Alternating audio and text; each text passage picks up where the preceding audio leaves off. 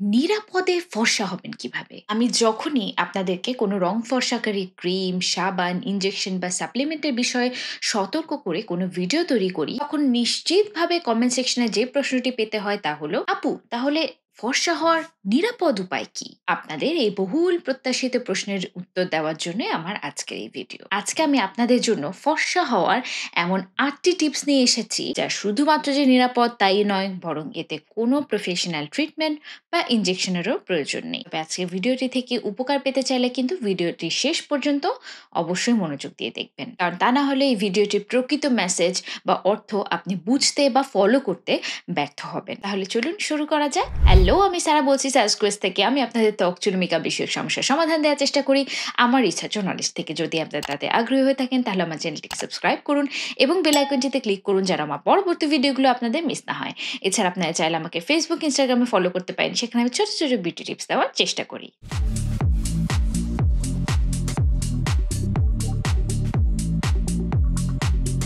ফর্সা হওয়ার টিপস শেখার আগে আসলে জানতে হবে যে ফর্সা ত্বক বা কালো ত্বক মানে আসলে কি। স্কিপ করবেন না, এই অংশটি খুবই গুরুত্বপূর্ণ। আমাদের গায়ের রং নির্ধারিত হয় আমাদের ত্বকের অভ্যন্তরে মেলানিন নামক সেল দ্বারা। যাদের ত্বকে মেলানিন কম তাদেরকে প্রচলিত ভাষায় ফর্সা বলা হয়, এবং যাদের ত্বকে মেলানিনের পরিমাণ বেশি অর্থাৎ মেলানিনের দিক থেকে রিচ, তাদেরকে বলা হয় কালো। এই কারণে ভিডিওটির বাকি অংশে আমি কালো ত্বক না বলে রিচ স্কিন টোন শব্দটি ব্যবহার করব। তো আমরা বুঝতে পারলাম যে ফর্সা হতে হলে এই মেলানিন আমাদের ত্বক থেকে কমাতে হবে, তাই তো? কিন্তু সেটা কিভাবে? আমাদের ত্বকে মেলানিন নির্ধারিত হয় দুই ভাবে। নাম্বার 1, অভ্যন্তরীণ, অর্থাৎ আমাদের হরমোন এবং জেনেটিক্সের কারণে। জেনেটিক্সের কারণে জন্ম থেকেই কেউ লাইট স্কিন টোন বা কেউ রিচ স্কিন টোনের অধিকারী হয়ে থাকেন। দ্বিতীয় ফ্যাক্টরটি হলো লাইফস্টাইল ফ্যাক্টর, অর্থাৎ আমাদের লাইফস্টাইল আমাদের ত্বকের এই মেলানিন উৎপাদনের পিছনে ভূমিকা রাখতে পারে। তো সবার আগে আমি যে টিপসগুলো শেয়ার করব সেগুলো হচ্ছে আমাদের লাইফস্টাইল ফ্যাক্টর নিয়ে। এরপরে আমি যাব জেনেটিক্সে। টিপস নাম্বার 1, স্কিন পরিষ্কার রাখা। যখন আপনারা নতুন একেবারে একটা জিনিস দোকান থেকে কিনে আনেন, তখন দেখবেন সেটা খুব চকচক করে। কিন্তু দীর্ঘদিন যদি সেই জিনিসটিকে অযত্নে ঘরের এক কোণায় ফেলে রাখা হয়, তাহলে ধীরে ধীরে সেই জিনিসটি তার সেই চকচকে যে জৌলুস ছিল সেটা হারিয়ে ফেলে। আমাদের স্কিনও তেমন।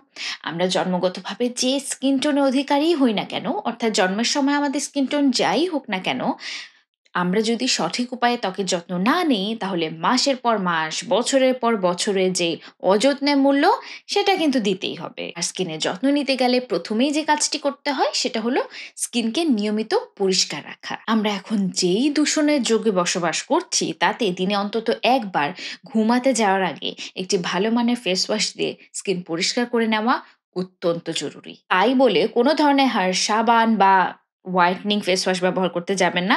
এতে কিন্তু উপকারের থেকে ক্ষতি বেশি হবে। ত্বক যদি অয়েলি হয়ে থাকে তাহলে একটু শক্তিশালী, আর যদি শুষ্ক হয়ে থাকে তাহলে একটু জেন্টল ফেস ওয়াশ ব্যবহার করুন। আর যদি সব ধরনের ত্বকের জন্য মানানসই একটা ফেস ওয়াশ চান, তাহলে আমি রেকমেন্ড করব এই ইসেন্ট্রি green tea fresh cleanser.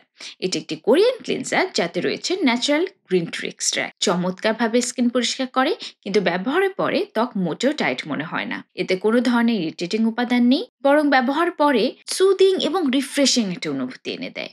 Tips number 2, স্কিনের বিভিন্ন সমস্যার সমাধান করা। ধরুন আপনার কাছে এমন একটা ক্লিন স্টোন আছে এবং এরকম একটা স্পটেড স্টোন আছে। কোনটা আপনার চোখে বেশি উজ্জ্বল মনে হচ্ছে? দুটি স্টোনই কিন্তু তাদের নিজেদের মতো করে ভীষণ সুন্দর। কিন্তু ধরুন কোনো কারণে আপনার চিন্তা শুধুমাত্র স্টোনের রং নিয়ে, এর যে ইউনিক সৌন্দর্য সেটা নিয়ে নয়। তাহলে কোনটা বেশি উজ্জ্বল সেটা বুঝতে হলে কিন্তু এই স্পটগুলো আগে সরাতে হবে, তাই না? তাই আপনারা যারা গায়ের রং নিয়ে অনেক বেশি চিন্তিত, তাদের সবার আগে আপনাদের স্কিনে কোনো সমস্যা থাকলে সেটা সারিয়ে তুলতে হবে। হতে পারে সেটা ব্রণের সমস্যা, ব্রণের কালো দাগের সমস্যা, আনইভেন স্কিন টোন, রোদে পোড়া দাগ, মেচতা বা ব্ল্যাক হেডস। এখন এই সব সমস্যার সমাধান তো একসাথে করা সম্ভব নয়, বা একসাথে এত প্রোডাক্ট ব্যবহার করাও সবার পক্ষে সম্ভব নয়। তাই যাদের স্কিন কেয়ার নিয়ে ধারণা খুব কম, তাদের জন্য শুধুমাত্র একটা প্রোডাক্ট সাজেস্ট করব, যেটা একাই এই সব সমস্যার ক্ষেত্রে কিছুটা হলেও উপকার করবে। আর সেটা হলো পলাশ চয়েস 2% BHA। কারণ এতে স্যালিসিলিক অ্যাসিড নামের একটি বিশেষ উপাদান রয়েছে, যা আমেরিকান এফডিএ দ্বারা স্বীকৃত ব্রণ সমস্যা সমাধানের একটি উপাদান। এছাড়াও এই স্যালিসিলিক অ্যাসিড আমাদের ত্বকের উপরে ডেড স্কিন সেল দূর করার মাধ্যমে ত্বক উজ্জ্বল করতে সাহায্য করে, ব্রণের কালো দাগ দূর করতে সাহায্য করে, স্কিন টোন ইভেন করতে সাহায্য করে, রোদে পোড়া দাগ দূর করতে সাহায্য করে, ব্ল্যাক হেডসও কমিয়ে আনে। তবে এতে যেহেতু 2% বিএইচএ রয়েছে, যারা একদম নতুন কেমিক্যাল এক্সফোলিয়েশনে, তাদের জন্য সাজেস্ট করছি না তারা এর থেকে কোনো মাইল্ড এক্সফোলিয়েটর দিয়ে শুরু করতে পারেন।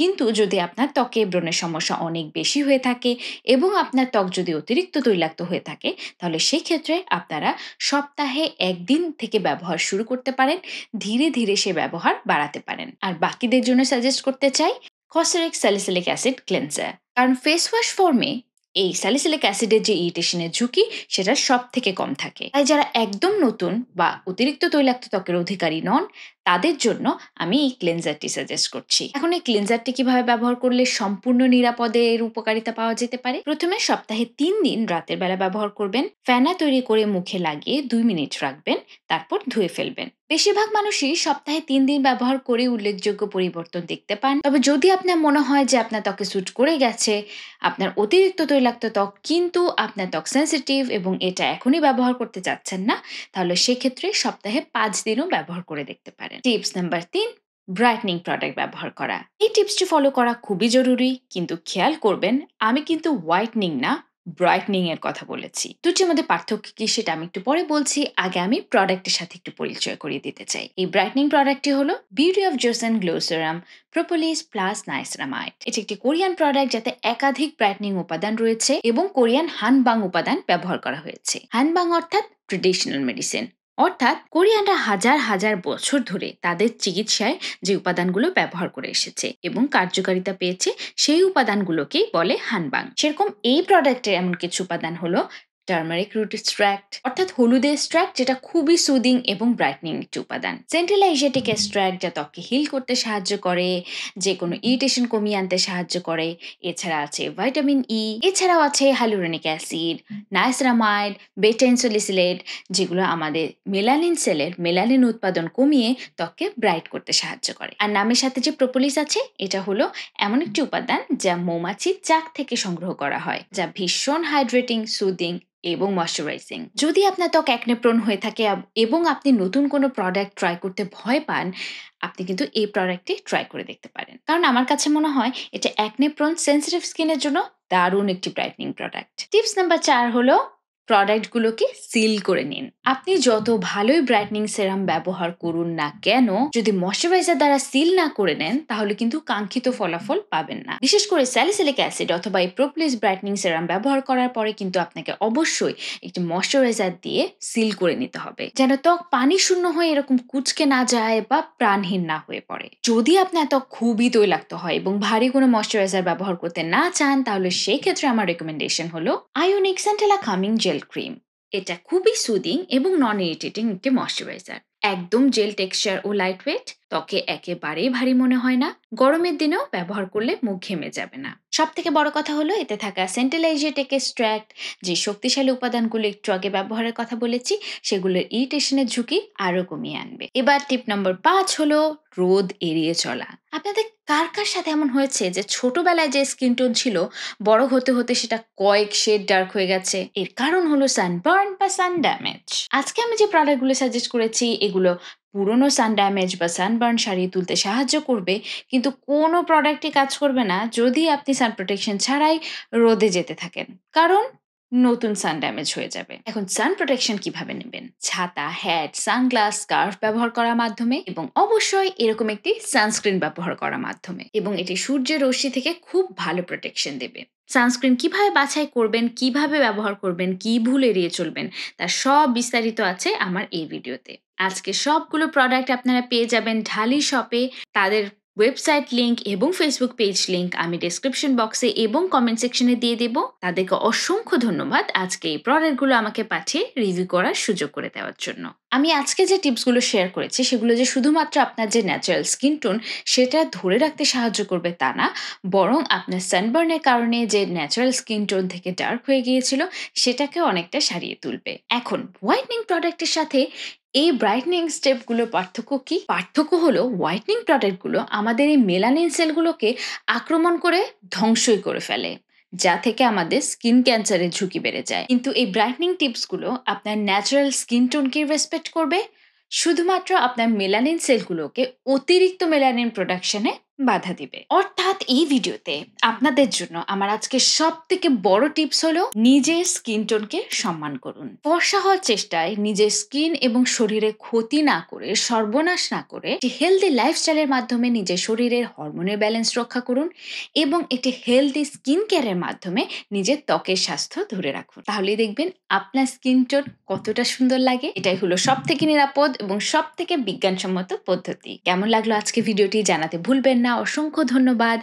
এই শেষ পর্যন্ত আমার সাথে থাকার জন্য। দেখা হবে পরবর্তী পর্বে। ততদিন পর্যন্ত ভালো থাকুন, সুস্থ থাকুন।